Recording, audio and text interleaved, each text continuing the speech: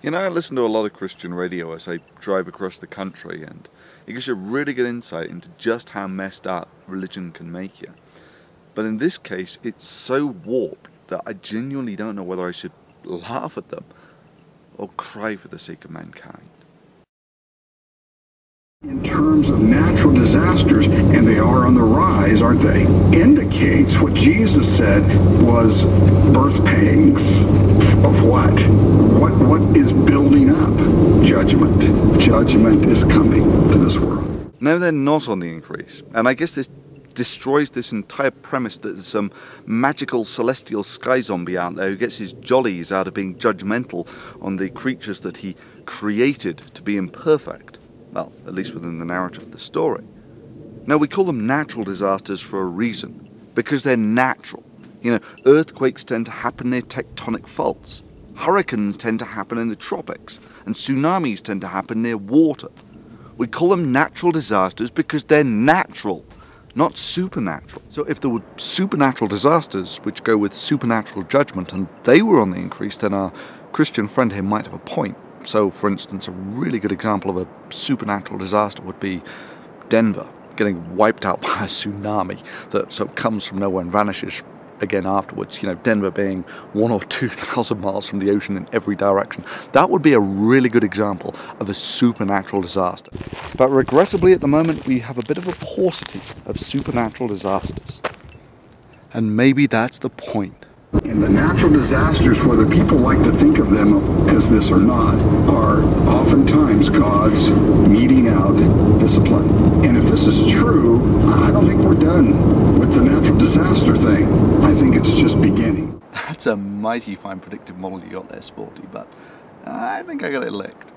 You see this billion-year-old rock on which I said?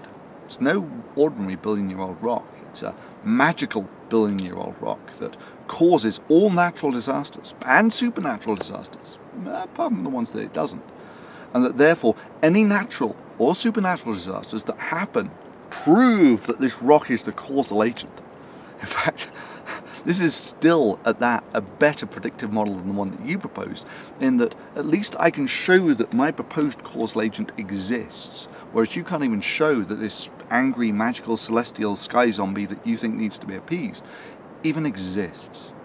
I don't think we're done with the natural disaster thing.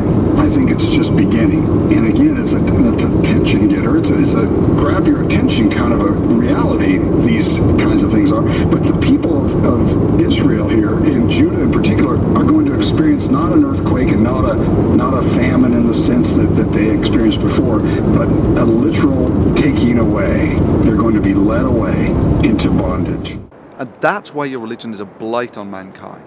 Because you've taken natural disasters that happen for natural reasons and then come up with this sick justification that those millions of unfortunate and natural deaths occurred because of some divine and omnipotent God trying to communicate with the faithful.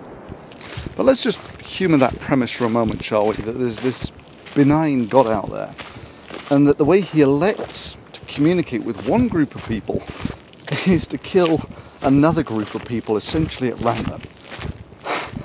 That's not the act of a benign God, that's the act of a psycho. Likewise, the idea that there's some omnipotent God out there, some all-powerful being, and the best way that he can think of to communicate his message to one group of people is to kill millions of people essentially at random. That's not the act of an omnipotent God, but one in desperate need of a communications class.